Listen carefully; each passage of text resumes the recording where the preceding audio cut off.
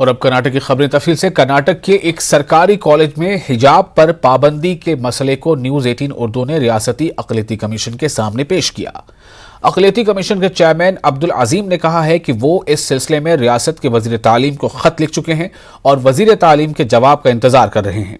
अब्दुल अजीम ने कहा कि प्री यूनिवर्सिटी के डिप्टी डायरेक्टर की जानिब से यह वजाहत की गई है कि कॉलेज कैंपस में हिजाब पर पाबंदी नहीं है, क्लासरूम में हिजाब पहनने से मना किया गया है। ताहम इस मसले को आईन के दायरे में हल करने की कोशिश की जा रही है।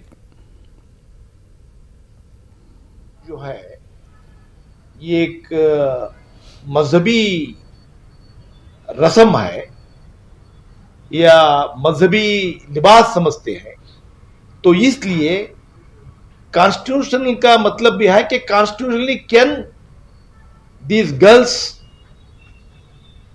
कैन वेयर दी हिजाब और जा सकते हैं स्कूल के अंदर, या स्कूल अथॉरिटीज जो है इसको रोक सकते हैं। How far they are right, इस तरह की जांच होना चाहिए। कर्नाटक भर में 15 से लेकर 18 साल तक के बच्चों को कोविड का टीका लगाने के अमल का आगाज हो चुका है। आज रायचूर शहर के मुख्तलिफ हाई स्कूलों और कॉलेजों में सैकड़ों बच्चों को वैक्सीन दी गई।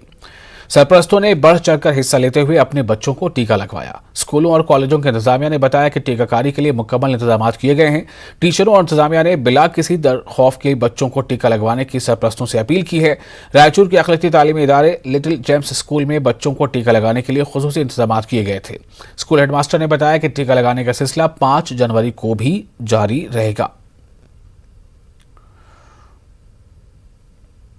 अपील है पेरेंट्स से कि इसको नेगेटिव ना लें, पॉजिटिव थिंकिंग रखें। इंशाल्लाह ऐसा कुछ नहीं होगा, इसके कोई साइड इफेक्ट नहीं होंगे। तो यही मेरी अपील है तमाम पेरेंट्स से कि जो भी 15 से 18 साल के बच्चे हैं उनको वैक्सीन दिलाएं, ये बेहतर है।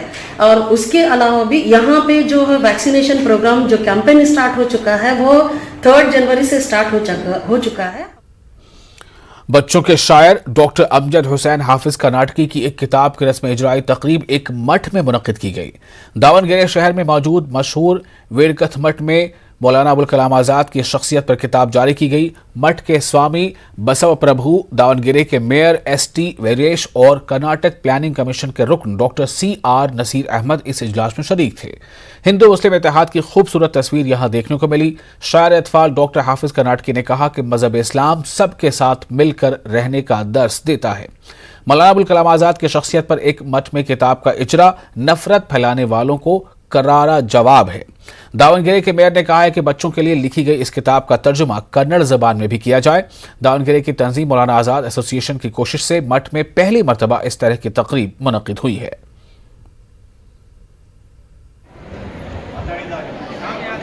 हम लोग ये अगर ये देश में हमको रहना है, सबके साथ मिलजुल कर रहना है, इत्तेफाक से रहना है। यहाँ दीवारें उठाना ये बहुत बुरी बात है। हम लोग मोहब्बत का पैगाम देंगे। अल्लाह के नबी सल्लल्लाहु अलैहि वसल्लम ने भी मोहब्बत का पैगाम दिया। सबसे मिलजुल कर हमको रहना है। ये नहीं कि हम बस एक दूसरे के भाई बन के, बस ये नहीं कि बस अपना काम करने दो। बहुत खुशी की बात है आज ये मठ में बुलाकर उन्होंने मौलाना आज़ाद के नाम से मुझे अवार्ड दिया है। ನಾವೆಲ್ಲರೂ ಸಹೋದರರಂತೆ ಇರಬೇಕು, ಇದನ್ನೇ ಮೌಲಾನಾ ಆಜಾದ್ ಅವರು ಹೇಳಿದ್ದು। ನಮ್ಮೆಲ್ಲರಲ್ಲಿ ಒಗ್ಗಟ್ಟಿರಬೇಕು, ಹಿಂದೂಗಳಿರಲಿ ಮುಸ್ಲಿಮರಿರಲಿ ನಾವೆಲ್ಲರೂ ಮೊದಲು ಏನಾಗಬೇಕು, ಭಾರತೀಯರಾಗಬೇಕು। भारतीयरंद्र ಅದು ಎಲ್ಲ ಒಂದೇನೇ, ಯಾವುದೇ ರೀತಿಯ। डॉक्टर अमजद हुसैन जी ने एक पुस्तक लिखा है मौलाना आज़ाद के नाम पे विषय में एक बच्चों के लिए उसका विचार उसको समझाने के लिए एक बहुत बड़ा प्रयास किया है। एक बहुत अच्छा पुस्तक है। मेरा एक रिक्वेस्ट है, एक कन्नड़ में चाहिए, क्योंकि मौलाना आज़ाद जिस रास्ते पर चलते थे उनका एम था एजुकेशन के ऊपर हाईलाइट्स किए। उन्होंने बहुत सारा काम किया उन्होंने एजुकेशन में। आज जितने भी एजुकेशन इदारे हैं हिंदुस्तान में, IIT हो, UGC हो, जो भी हैं इदारे, उनकी एक बुनियाद थी। तो इसी रास्ते पर हमारे अमजद हुसैन कर्नाटकी साहब चल रहे हैं। नौजवानों की तंजीम आसरा चैरिटेबल ट्रस्ट बेंगलुरु के पसमानदा इलाकों में कार खैर अंजाम दे रही है। मोहम्मद नदीम और इनके साथियों ने मिलकर आंखों के अमराज का शिकार लोगों के लिए मुफ्त तिब्बी कैंप मुनक्किद किया। तकरीबन 300 मरीजों की तशखीस की गई और उन जरूरतमंद मरीजों में चश्मे मुफ्त तकसीम किए गए। इससे कबल इन नौजवानों ने अपने इलाके में कोविड के टीकाकारी कैंप का इनेकाद किया था।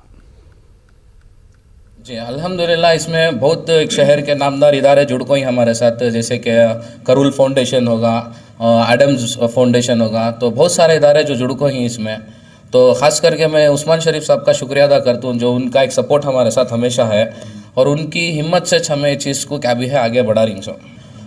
हमारे एनजीओ का थॉट चीज़ क्या है, humanity is marriage, love is my religion. तो कोई भी धर्म हमना इम्पोर्टेंट ऐसा नहीं कि हमें ये धर्म को इम्पोर्टेंट नहीं देना, बोल को हमें हर धर्म को लेकर काम कर रही है चीज़ में रहा है। यहाँ पर ज़रूरी है कि चश्मे का लेने के लिए लोगों के पास पैसे भी नहीं है, इसलिए चश्मे फ्री दे रहे हैं। तो अल्हम्दुलिल्लाह चश्मे आप लोग लेके खुश हो रहे हैं। अल्हम्दुलिल्लाह कामयाब रही और हमारी भी सेवा ICRI रहे हॉस्पिटल की हमारी भी सेवा, हमें भी दिल से खुश हुआ है कि इतने लोगों का आज हम ट्रीटमेंट कर रहे हैं। आज यहाँ पर डॉक्टर तारिका अपनी खिदमत अंजाम देने के लिए और मेरे साथ और 2 ऑप्टोमेट्रिस्ट आए हैं।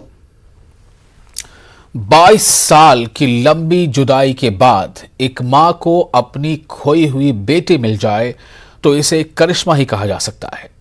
एक ऐसा ही करिश्मा कर्नाटक के एक देहात में पेश आया है।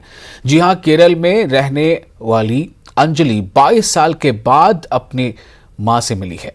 मां का नाम चित्रा है। जैसे ही मां बेटी से मिली तो जज्बात उमड़ आए। मां की ममता, बेटी की मोहब्बत का बरजस्ता इजहार देखने को मिला। रिश्तेदार, दोस्त, अहबाब सब के सब ये नज़ारा देखते रह गए। दरअसल ये वाक़या कर्नाटक के जिला चिकमगलुरु के मोडिगेरे तालुके के बदरेमनी देहात का है। जब अंजलि 9 साल की थी तो कॉफ़ी के बाग से लापता हो गई थी। पड़ोसी रियासत केरल के एक ख़ानदान में अंजलि की परवरिश हुई और वहीं उसकी शादी भी कर दी गई। गुज़श्ता कई सालों से अंजलि अपनी मां की तलाश में थी।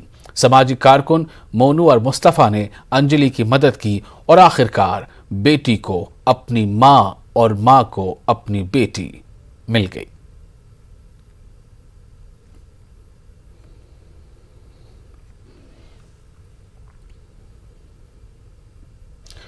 और इसी के साथ इस बुलेटिन में फिलहाल इतना ही। मुझे दीजिए इजाजत और आप बने रहे न्यूज़ 18 उर्दू के साथ। आदाब।